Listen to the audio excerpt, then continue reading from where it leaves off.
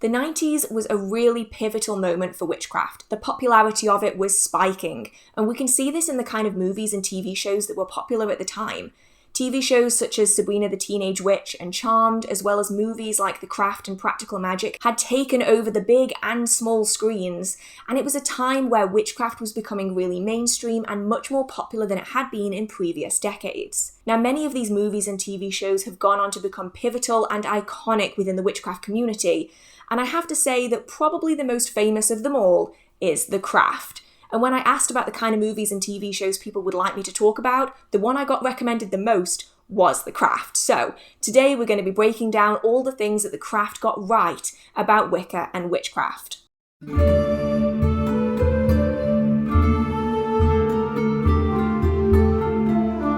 Now, it is important to remember that this movie is fantasy, and so not everything can be taken at face value. But it's also important to remember that we cannot create something out of nothing, and so a lot of the foundational information that went into the creation of this movie is based on real-world magical practice and tradition, many of which that we can draw on in our own magical practices and traditions. This was also one of the first movies to bring on an on-set witchcraft and Wicca advisor. Pat Devins was brought in to write a lot of the incantations and to ensure that Wicca and witchcraft was portrayed in a suitable way that wasn't going to too negatively impact the magical practice, which has then led to many modern movies and TV shows doing the same thing to make sure that the communities that they are talking about are not going to be negatively impacted by the portrayal in that movie, which I think is just so cool. This movie follows the lives of 4 teenage girls, Nancy, Rochelle, Bonnie, and Sarah, as they traverse a world with newly found powerful witchcraft abilities. The girls begin asking for things for personal gain, and as time goes on, their lives slowly start to disintegrate around themselves. It's a really cool movie. It's not personally my favourite, but I can definitely understand why many witches today absolutely adore this movie, and why it really influenced a lot of magical practice that we see today. Now, before we get into this, I do just want to say that this is going to contain spoilers. So if you don't want the movie spoiled for you, even though it's been out since 1996, I would recommend watching the movie first. And do make sure that you check your age restrictions and also potential triggers in this movie, because as I was watching it, I did note quite a few that are going to make people really uncomfortable. So just bear that in mind. But if you've already seen the movie, or you aren't really that fussed about spoilers, let's talk about what the movie The Craft got right about Wicca and witchcraft. Even if you've never seen this movie, some scenes are so iconic that you'll probably recognize it simply from pop culture, especially if you're a part of the witchcraft community. The opening scene is just one of them.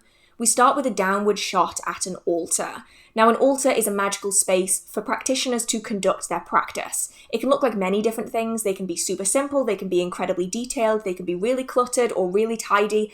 The one in this movie is a good example of a standard witch's altar, and by that I mean it's covered in stuff. And as the camera is panning down on the altar, the 3 girls who are initially practicing witchcraft, Nancy, Rochelle, and Bonnie, are conducting a chant while they're lighting candles and they're passing stuff between one another. Now, I know that this chant is used today, and I'm not sure if this chant came from a pre-movie time or if the chant has simply become popular from the movie, but I know that the chant is still used among witchcraft circles today. Now, the girls are repeating in unison the same phrase over and over. They're saying, "Ours is the power, now is the time, this is the hour, ours is the magic." And they're chanting this over and over and over and over again. Now, even if the wording is different within a lot of witchcraft and Wiccan circles, you do find that the idea of repetition is very powerful, especially when you're raising energy. Now, the act of raising energy is done by many solitary and group practitioners as a way of increasing the amount of energy that you can draw on for your spell or ritual. This can be done in many ways. Some people will do it very simply and quietly. They will sit, they will center, they will ground, they will draw energy up from the earth in order to power their spell or ritual. Other magical practitioners will sing or dance. They might use drums, they might use chanting, they might use rhythmic movements, fires, anything like this can help raise that energy. And especially when you're working in a small group or coven environment, chanting can be incredibly useful, as it means that more people can get involved. Not everyone might be able to dance around a circle, but quite a lot of people are going to be able to repeatedly say the same thing over and over and over again. And so chants like this are commonly used to raise energy, to focus your intention, and to get everyone in that circle on the same page. So this could be a great chant to try. It's there for you that you can use. Give it a go and see how it works for you. But you can use other chants as well, adapt it to how you see fit, or you can just create something up on the spot. But I thought this was a really good start to the movie, as it really shows us that that advisor was doing the most. Like, they were really pushing the point that they wanted things to be done in a way that was authentic, at least for the majority of the movie anyway. You'll see what I mean in a bit. But I really appreciate the addition of these things. Now, throughout this movie, we have a lot of snake symbolism, and it starts at the very beginning of the movie. Now, if you're just a casual onlooker, you might think that this is done to simply scare one of the characters or to even scare the audience. But a lot of people maybe miss the fact that snakes have a really deep symbolism with witchcraft and magical practice as a whole. Snakes are seen as a chthonic creature. It's believed that they were able to traverse between the human or the world of the living and the world of the dead, or the other world or underworld, depending on the tradition that they were a part of. Snakes are seen as a representation of knowledge, the balance of good or bad, and also the protection of sacred spaces. Snakes are also significant in many origin myths. We see this with the story of Adam and Eve, among many others, and is very closely associated with the symbolism of trees and the tree of life and knowledge. Snakes are also associated with cyclical energies. So the fact that the snake was included throughout this entire movie might simply be a coincidence, sure, but there is a lot of magical symbolism added in that a lot of people would maybe miss. So on your next run through, look at all of the animals that are added into this movie, where the animals are, how they appear, and you'll start seeing symbolism like stacking on top of symbolism. It's really cool when you're watching this movie from a really critical point of view. You see just way more. Once we get past the very long opening credits, and by golly, the opening credits on movies in the 90s and earlier were so long, I'm so grateful that they're not like that anymore, we see the three girls again, but this time they're standing in front of lockers in their school. And Bonnie is holding an almanac and is talking to Nancy and Rochelle about what that almanac might mean for the day. Maybe it means that they're going to get a fourth witch to join them to help them cast their circle and to call the quarters.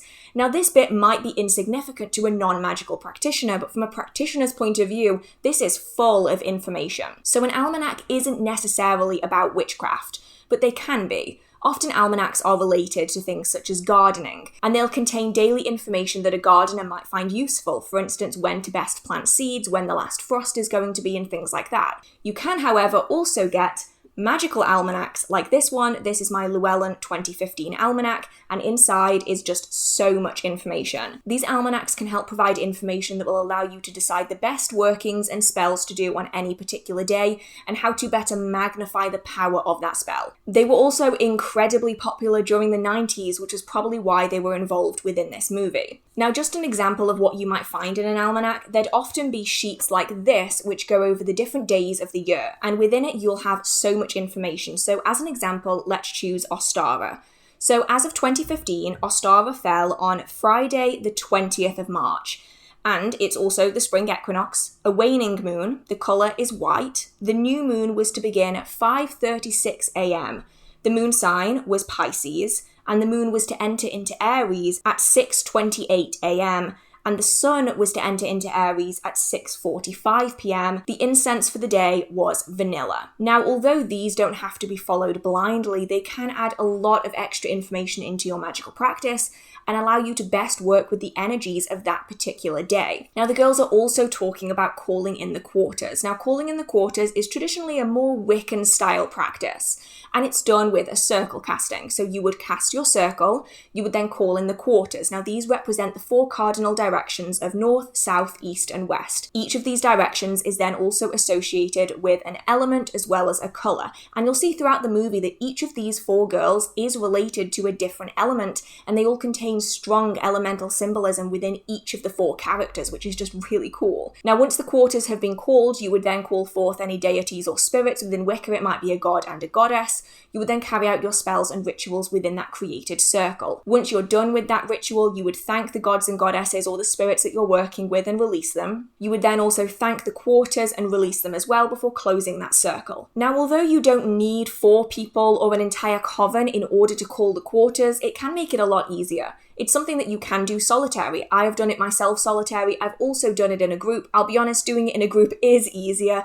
There's a little bit less to deal with, a bit less to remember, and generally it's just a lot easier when you've got more people there. You've also got more power there. So I can understand why in this instance the girls would like a fourth person to join in, because it's kind of hard to split 4 duties between 3 people. That's a little bit tricky. We then get into probably my favourite bit, and that is the Witchcraft Shop. I just love it when they shoot in this Witchcraft Shop. It's amazing. And Witchcraft Shops often look like this today. They're often full of smoking incense, there's often lots of candles burning, and many seemingly random items to an onlooker.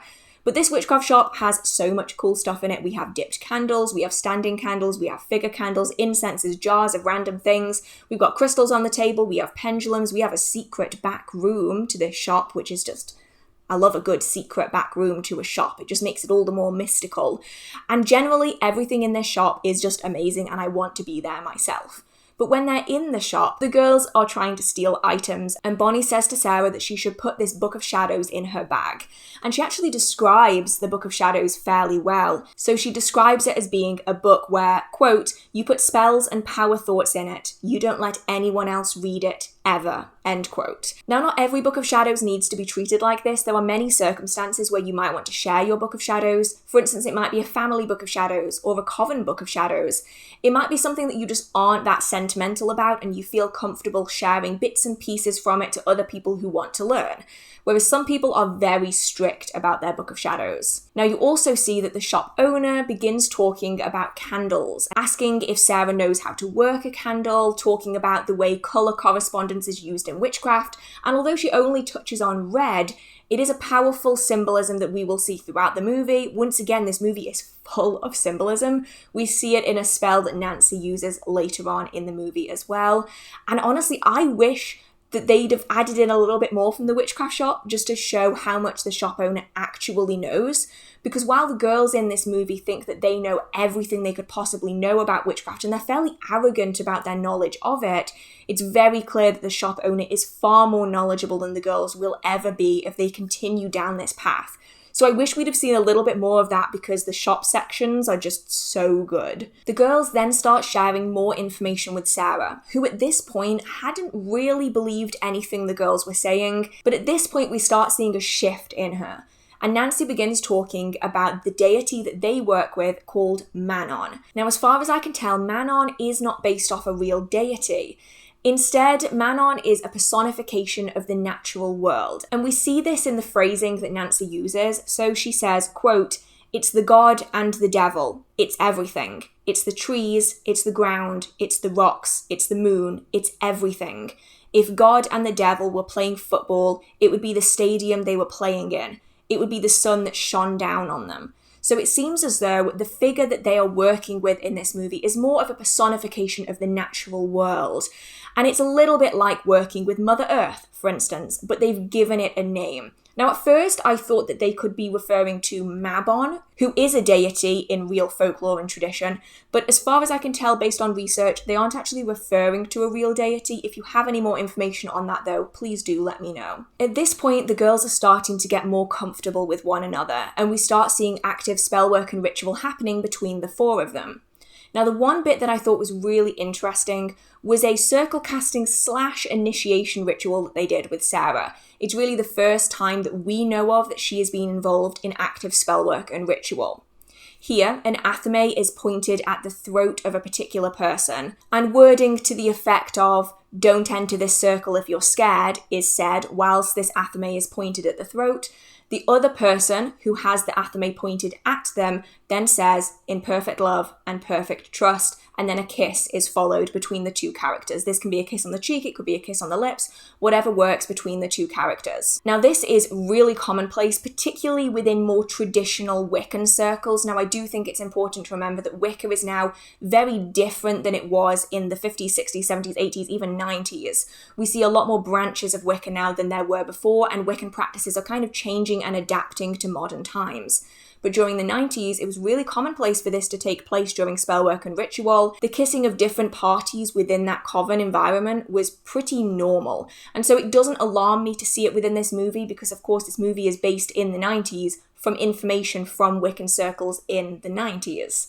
So this kind of ritual was pretty commonplace, and it was the ability to accept that everyone was prepared to put in their work, everyone was willing to pull their weight, and everyone trusted everyone else. That way everyone was able to stay safe because everyone was working as a collective. Wow, I just said everyone so many times. Now, for those of you who don't know, an Athame is a magical tool. Now, within Wicca, traditionally they aren't used to cut anything but energy. So they are simply a ritual tool. They are not an actual knife that's used for causing harm or to cut anything or break anything or those kind of things.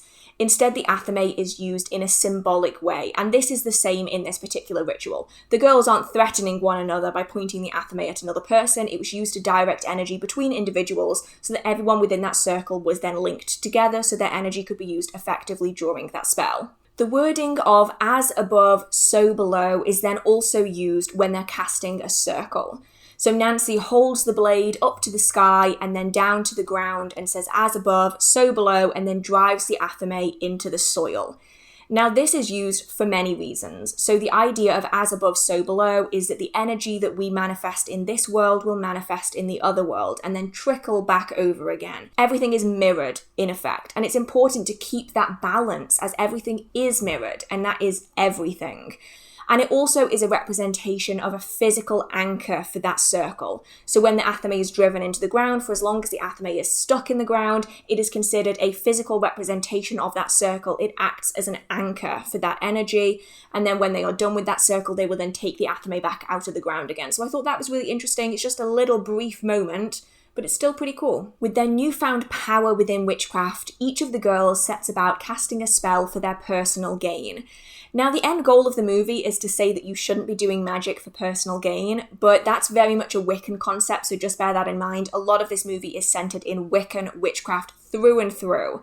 And I would argue that some of the personal gain that is spoken about in this movie is not going to harm anyone else, specifically the personal gain of Bonnie. So each of the girls is going to cast their own spell. So Nancy wants to improve her home life. Rochelle wants a racist bully to stop bullying her, rightfully so. That girl is absolutely awful. Bonnie would like the scars on her body, the burn scars, to heal. And then Sarah would like the boy that dismissed her and spread rumors about her to fall in love with her. Each of these spells is cast in a slightly different way.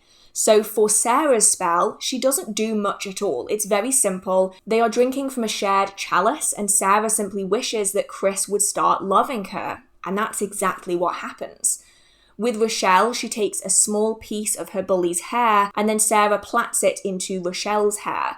This then causes the bully's hair to start falling out. Bonnie and Nancy do a healing spell where Nancy is doing energy work on Bonnie's back to help improve the scarring to her back. And then Nancy does a separate spell all on her own, away from everyone else, that involves a figure candle. Now, figure candles are used in many different forms of witchcraft. They are a form of sympathetic magic, that being like attracts like. The person that she is doing this spell on is her not particularly nice stepfather. By not particularly nice, I mean he's absolutely awful. And she wants to improve her and her mother's future by getting him out of the picture. So we see her alone lay out a pentacle on a piece of paper. This is just a drawn pentacle. This is used as a protection symbol. They're also used to manifest and to contain energy as well as to magnify energy. So that's what it's being used for in this ritual. A red candle is then being placed on top of that pentacle. Now this candle is a male figure candle, so it's going to represent the person in this situation that she wants to get rid of. She then also has an Athame laid out before her. Now we don't get to see this ritual, but the ultimate outcome of this ritual is that her stepfather has a heart attack, and then her and her mother then inherit all of his money.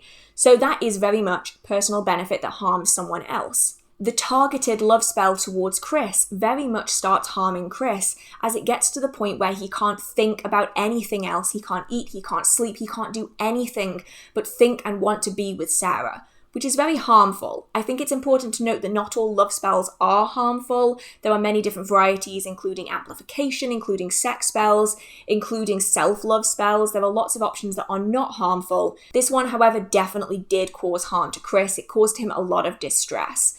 Rochelle's spell caused her bully to have all of her hair fall out, but Bonnie's spell allowed her scars to heal quicker than anyone had expected. But it's kind of unfairly lumped into the same idea that spells for self-gain are bad. Now, I want to reiterate here that that's very much a traditional Wiccan way of thinking.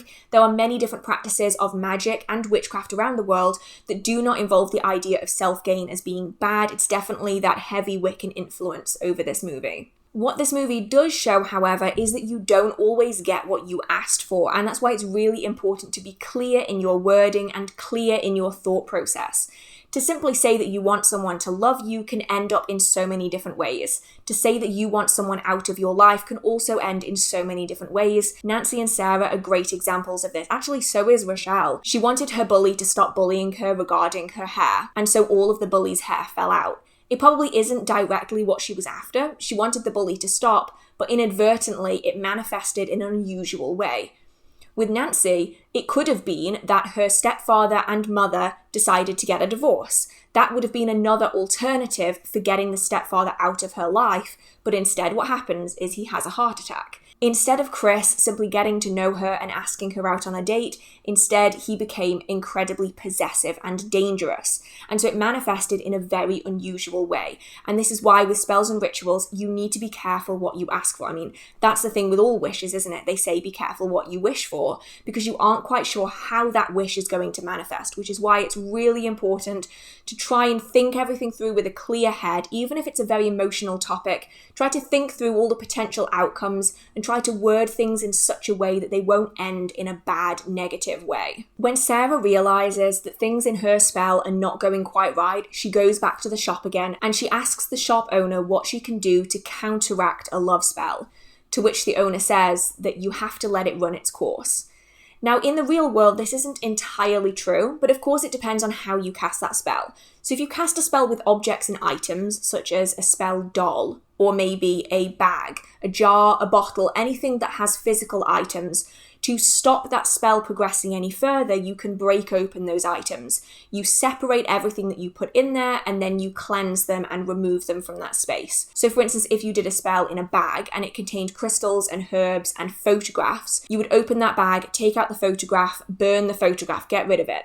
You would take the crystals out, you would cleanse the crystals in smoke or through running water if they're water safe, and you would then dispose of the herbs. You would return those herbs back to the earth again. And by separating that bag, you are separating the energy and it's going to stop it from going any further. I'm going to reiterate there that it stops it from going any further. It's not going to stop the energy that's already been released, but it's not going to take it any further.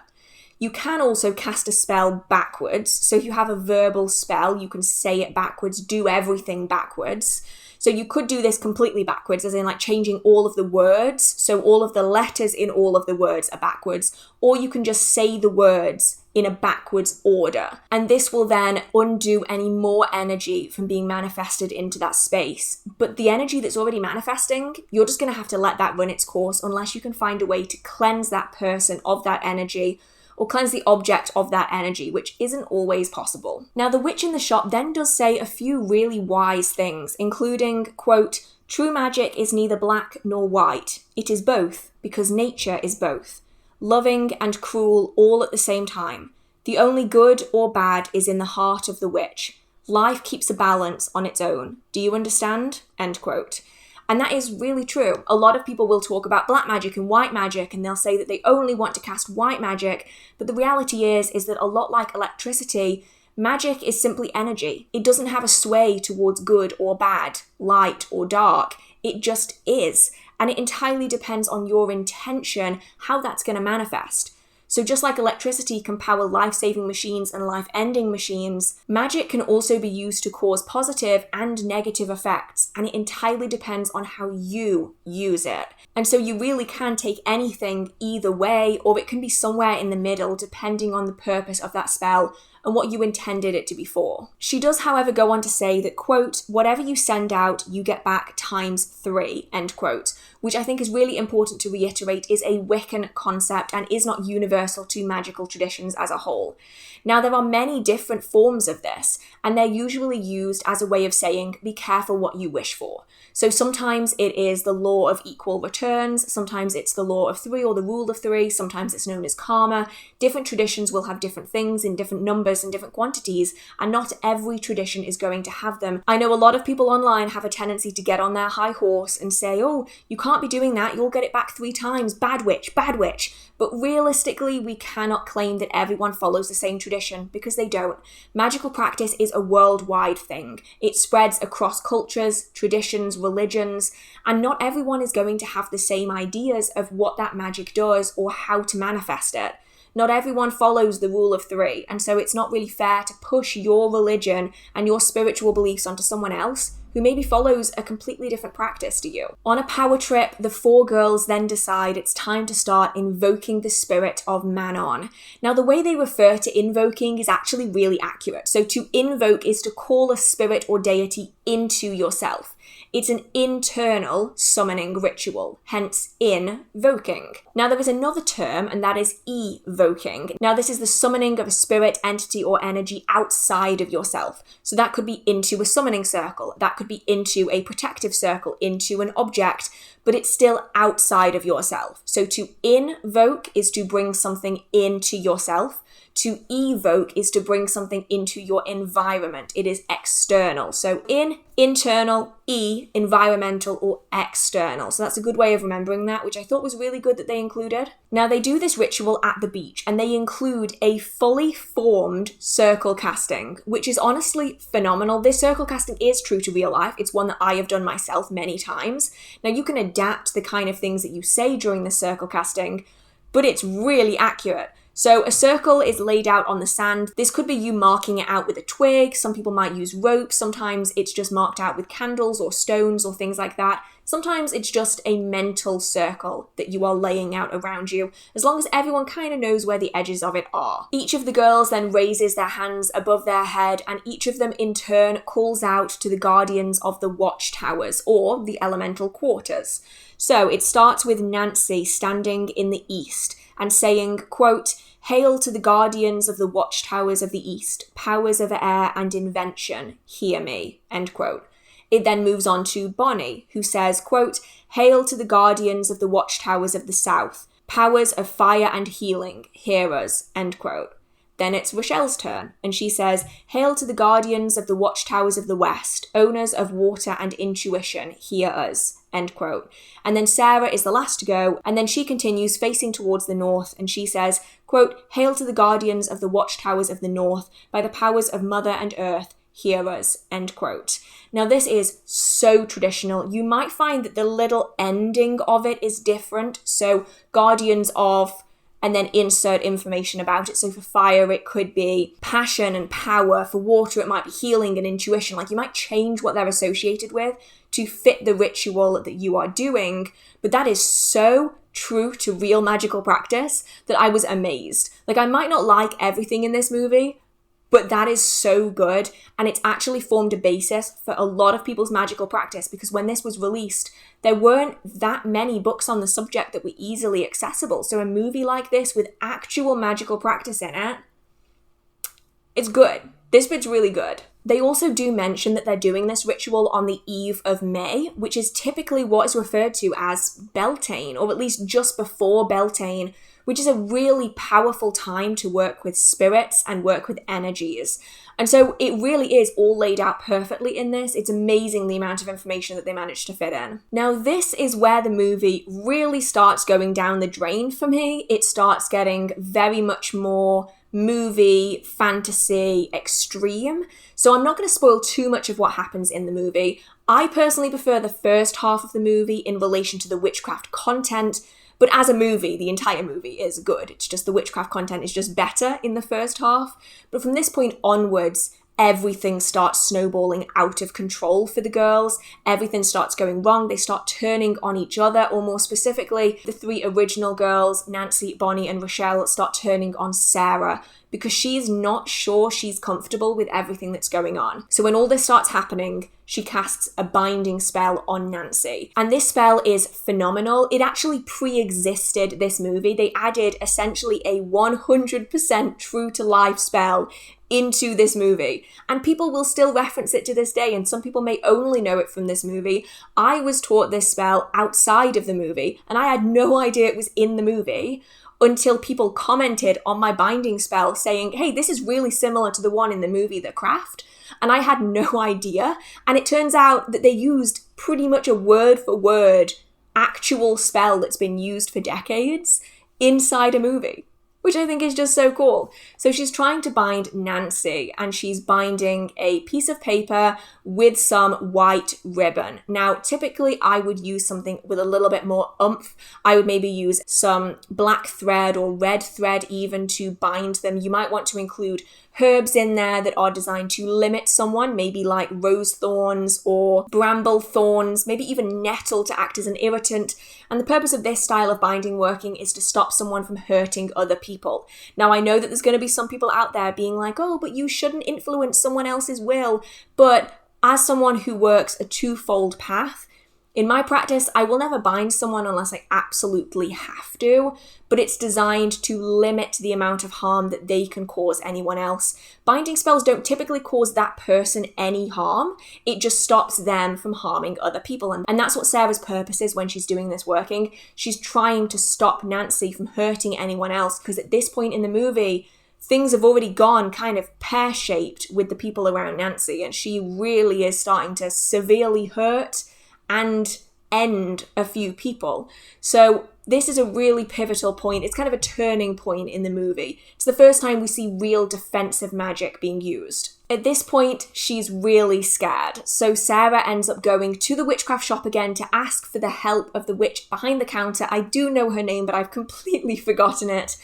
And she opens up the secret back room at the back of the shop, and she wants to work with her in this place of power to also invoke the spirit of Manon to give her an equal footing against Nancy. Now, not much is mentioned about this place of power, and we really only see the setting of this for a few minutes at most. But during this time, it was really popular for people to have the idea of ley lines. Now, ley lines are energetic pathways that traverse the world, and where they cross over, it's believed that power is exceptionally strong, spirit activity is really strong, magical practice is amplified. So it may well be that that was what they were referencing within this movie, but they don't really elaborate on it, so we can't really be sure.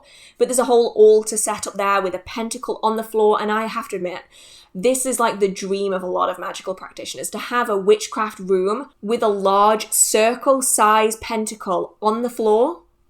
Now that has got to be a dream, right? That's amazing. I love the Witchcraft Shop. I know I've already mentioned it, but I adore it. And then at this point, we start seeing glamour spells really start to take over the movie. So a glamour spell is a spell that changes the appearance of something to the onlooker. So it doesn't actually change the appearance of a person or an object. So if you were to cast a spell to make yourself more attractive, it's not actually going to change your physical form in any way.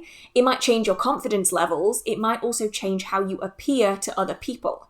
So Nancy starts using glamour spells a lot during this part of the movie, making people think that they are surrounded by snakes and other animals that are chthonic in nature, which is also another drawback to the idea of snakes being important. And this is where it all ends in a final battle, and that's most of what there is in this movie. It is important to note that at the end, Rochelle, Bonnie, and Nancy have had all of their additional powers revoked from them by this spirit or god, Manon, because of the misuse of their power. Now, I think it would be unfair to say that Bonnie misused the power in regards to doing that healing spell on herself. I don't think it's really fair to group her into this, but they did do a lot of nasty things afterwards that would definitely be considered an abuse of that power. So yeah, they lose all of their powers. And Sarah is the only one left who hasn't lost her abilities, because although she has invoked the power of Manon, she didn't misuse that power the same way that the other three girls did. So yeah, I tried my best to skip over a lot of the massive, plot points that you might want to watch if you've never seen the film. But all in all, although I personally don't love all of this movie, I've got to admit that the first half is blooming good, and it really did pave the way for witchcraft movies going forwards. I mean, just at the minute, there's witchcraft TV shows in production right now that are using magical practitioners as guides to the witchcraft and the magic that they're putting in their shows. And we can see that when studios do this, the movies and the TV shows do become much more popular with the magical community. So yeah, all in all, The craft is jam-packed full of stuff. And honestly, I could have gone on and on and on and on about this. There were just so many little things in this movie. The images in the opening sequence are all from actual witchcraft books and grimoires and manuscripts. You have books that are shown that are actually real-world books that were pretty popular at the time, that are seen throughout. You have characters using the Elder Firthog alphabet to translate their spells, to add extra power into spellwork and ritual. Like, there is so much in this movie. So if there's anything that I missed that you noticed in the craft, let me know down in the comment section. Do you like this movie? Do you not like it? Let me know what you think, and if there are any other movies you would like to hear me talk about, what they got right about witchcraft, let me know in the comment section. I would absolutely love to do more of these. So with that being said, I hope you did like this video. If you enjoy this style of video, let me know by liking it. If you know anyone who would also like it, feel free to share this to your friends, to your coven members, to anyone else that you think could be curious in this subject. And if you do enjoy magical content on this channel or in this video, feel free to hit subscribe. It is completely free for you to do, and it means a lot to me. You're all staying safe. I hope you have a marvelous magical day, and I will see you in the next video. Bye!